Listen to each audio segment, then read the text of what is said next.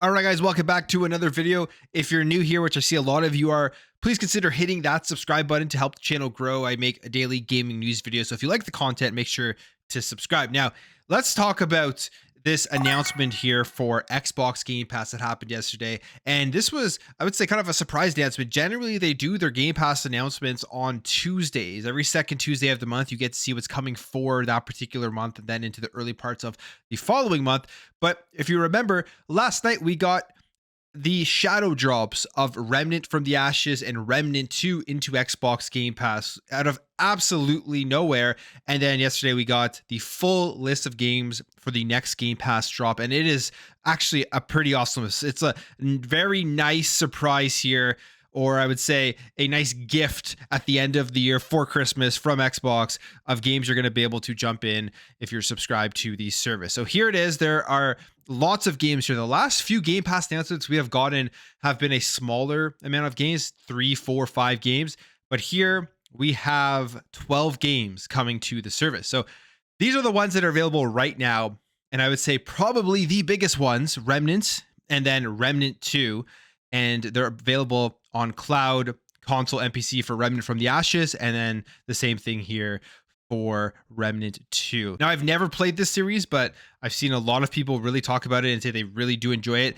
And if you're somebody like me who sees this announcement, you've always thought about jumping in, you're going to get a lot of people experiencing Remnant for the first time. Now, this is the game. These are games that are coming soon. We have Spirit of the North, which is coming December 1st to cloud, console, and PC. And it's an adventure style of game. It says here, set out on a beautiful and meaningful adventure across landscapes inspired by those in Iceland.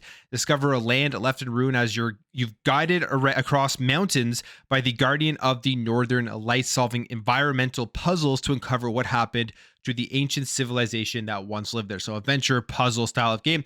You got Steam World Build coming, and this is a day one game coming to cloud, console, NBC. This will be available December 1st, so available today as well.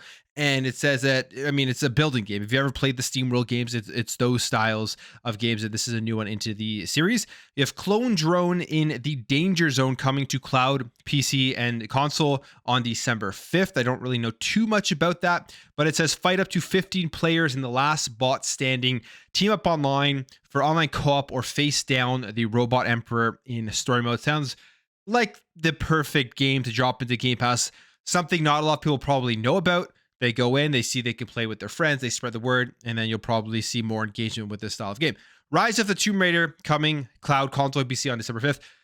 I love the reboot of what they did with this Tomb Raider trilogy from Crystal Dynamics, which is why one of the reasons I'm very optimistic about the upcoming Perfect Dark, knowing that that team is working on Perfect Dark. So if you haven't played Rise of the Tomb Raider, highly recommend it. Go check the game out. Go check out the series, and I think you will very much like it. The next one is While the Iron's Hot coming December 5th. This is a day one Game Pass game. And again, not too sure about this game, but it is like a crafting style game. It says, while you might forge a few weapons on your journey, this isn't the kind of game where you wield them. The island's troubles can all be solved with your wits and crafting moxie. So if you like crafting games, I would go check that one out. World War Z Aftermath coming December 5th, cloud, console, and PC.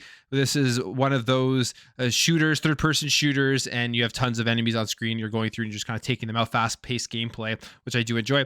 Goat Simulator 3 coming December 7th to cloud, console, and PC. Against the Storm coming to PC on December 8th. This is a city builder game. You have Tin Hearts coming on December 12th, and again, a puzzle game. And don't really know too much about this one, but coming to cloud, console, PC. Far Cry 6, if you haven't played Far Cry 6, I really did enjoy it. It is kind of just more of Far Cry with a different story here. Play as Danny Rojas in the country of Yara, where it's being dictated by Anton Castillo. As we know, Giancarlo Esposito plays that role. I thought he did a decent job. I liked the story. I liked the gameplay. More of the same, though. If you're just a Far Cry fan, you will more than likely enjoy Far Cry 6. So those are the 12 games coming over to Xbox Game Pass. And again, the Remnant series, a big drop. No one really saw that one coming in. It was kind of a shadow that they did last night. And then you have Tomb Raider coming over as well, Far Cry 6. So lots of good stuff here to check out. And then you have the Game Pass Core. As we know, Game Pass Core has replaced Xbox Live Gold, where you get a selection of games, like 25 plus games into the service, plus you get gold and everything else that's included. And they're adding 2 more games to the service. They said they were going to continue to add games, so you'll probably see more of this going forward, but you're getting Chivalry 2 and Totally Reliable. So there you have it, all of the games coming over to the Xbox Game Pass subscription services. So cool to see. Again, this is the first drop in December.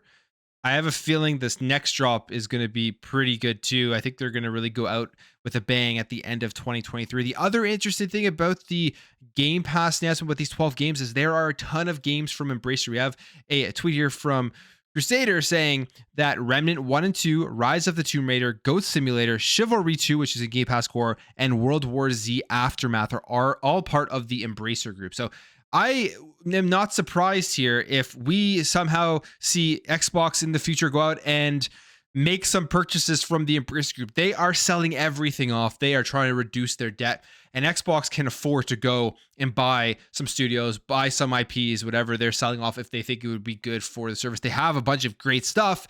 So I wouldn't be surprised if there are some deals in the works here between Embracer and Xbox. Or Xbox is going to come and be that savior and save a lot of these IPs. We're seeing about like Time Splitters and Free Radical that are closing down. It'd be awesome if Xbox went in there and revitalized that, save that game.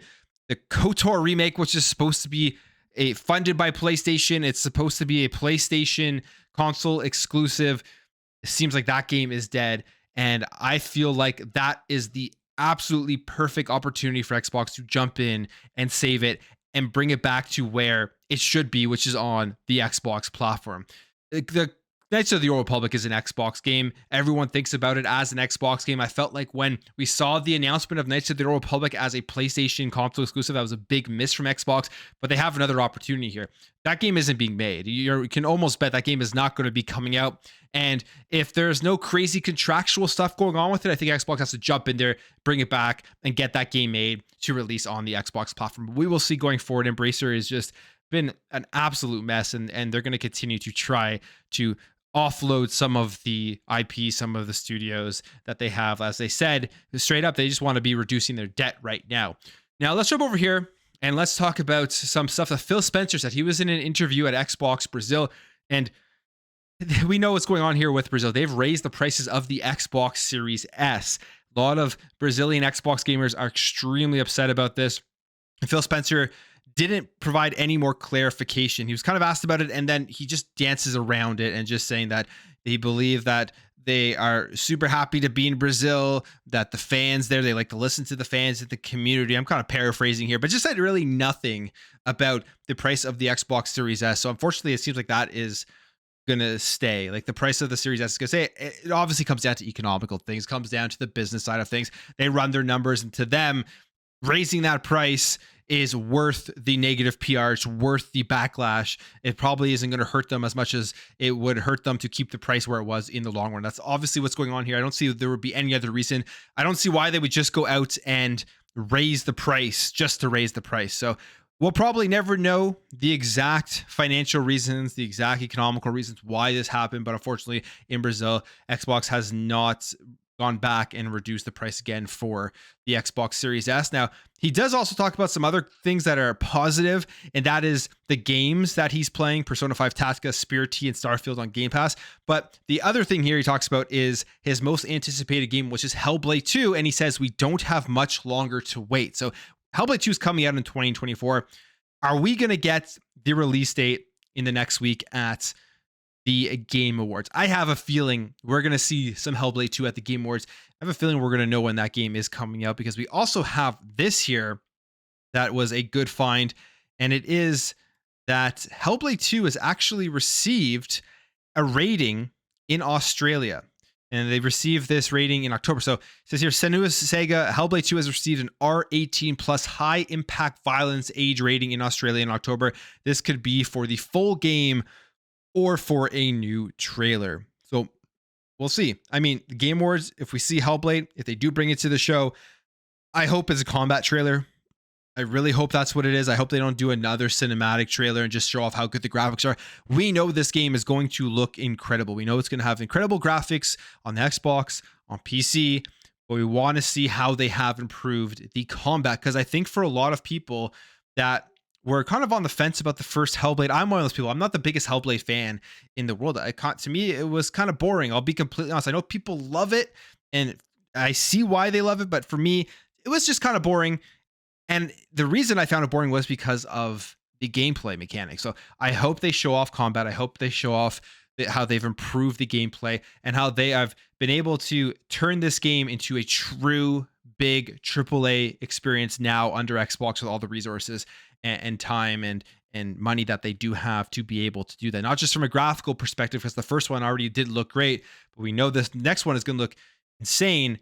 I want to see how they improve on the gameplay. So we'll see if we get this at the Game Awards or if they show it off on their own time at a different Xbox showcase. Now, it wasn't just Hellblade 2 that has gotten a rating. There is also Clockwork Revolution here that got a rating as well, which is R18 plus for high impact violence 2. And then South of Midnight got rated as PG. So these are all ratings going on.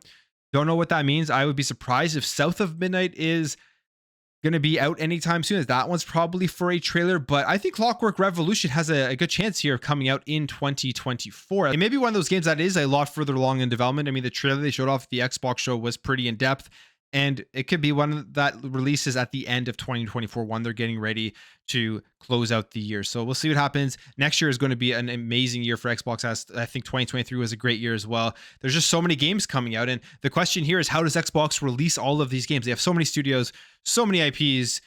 You have to spread them out, and you have to always control the narrative at this point, because you can't have people talking about how there's no new games coming out on Xbox, how there's no first party games dropping. They have way more than enough studios to be able to always be releasing something to have the Xbox community and the Xbox fans excited for the Game Pass drop. So those are a bunch of games to look forward to going forward. And then we also got some new details here on Stalker 2. Lots of details. This one, I can't wait for this one to come out. We know it's been delayed and the reasons why it's been delayed. And now we can see some more stuff here. Xbox Series X will offer 2 graphical modes. Will be on 60 frames per second performance mode. So anybody out there who was worried maybe because it looks so good, you're not going to get 60 FPS on the Series X, that won't be the case. They say more information on quality mode will be released later as the game is still being optimized. Unreal 5 gives a global lighting system that will allow us to achieve more realistic day and night transitions and multiple weather environments. The main story takes about 40 hours, so it's going to be a pretty long game, because I'm guessing there is going to be a bunch of other extra stuff you're going to be able to do. So 40 hours just for the main story. This is probably going to get up to closer to 100 at the end of the day. The main storyline has 4 endings. Side tasks will also have different results based on players' choices, and some side tasks will affect the main plot in some way. That's always cool to see. I love when games do that. There will be auto and manual saves. There's a stealth mode where you can use your knife to kill. Headshots are one-shot kills, and the final polish of the game will take a while. It's hard to say how close we are to actually finishing the game. So Stalker 2, we don't know when this game is coming out. It may not even come out in 2024. I think most people understand that there is no rush for this game to come out under the circumstances that the developers have been through. But reading through this information is definitely a positive thing. And just, again, sounds incredible. I can't wait to see it live with Unreal Engine 5 and just how good it will look on the Series X. And making sure to hear that there is a 60 FPS performance mode is huge. So there won't be anything that happens at launch where people are upset that there's a 30 FPS, which would really hurt a lot of the hype for the game. All right, let's jump over here. Let's talk about Call of Duty coming to GeForce Now. We know that this is a deal that Xbox made before they closed the ABK deal, and it has officially arrived. It says here, let the games begin. This GFN Thursday brings the highly anticipated Call of Duty Modern Warfare 3 to the cloud, the first Activision title on GeForce Now as a part of the NVIDIA and Microsoft partnership. It's joined by Call of Duty Modern Warfare 2 and Call of Duty Warzone. All 3 titles can be played from one central location via the Call of Duty logo on GeForce Now. So there you go.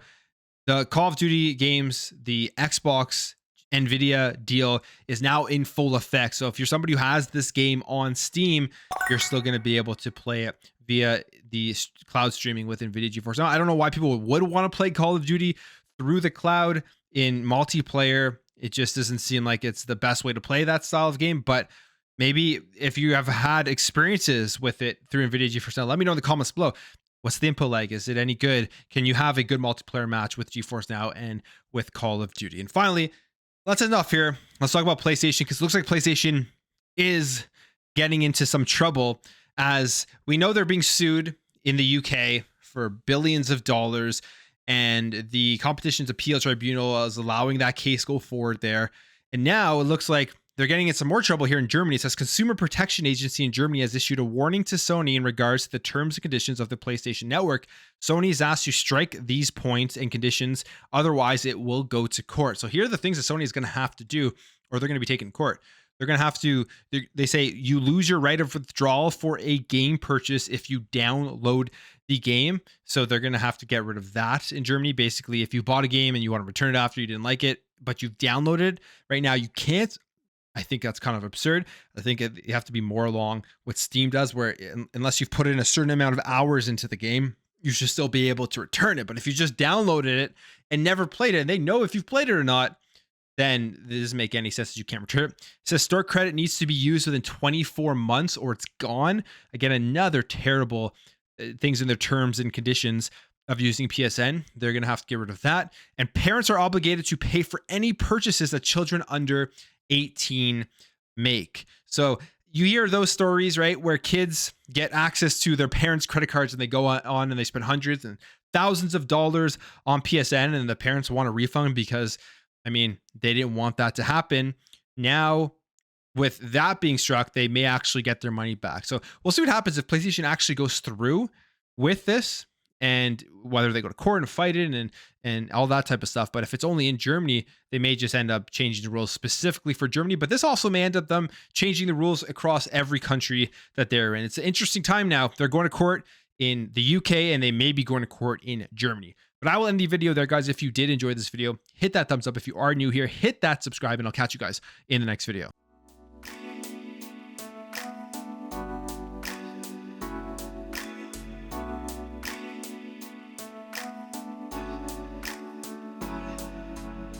We'll be right back.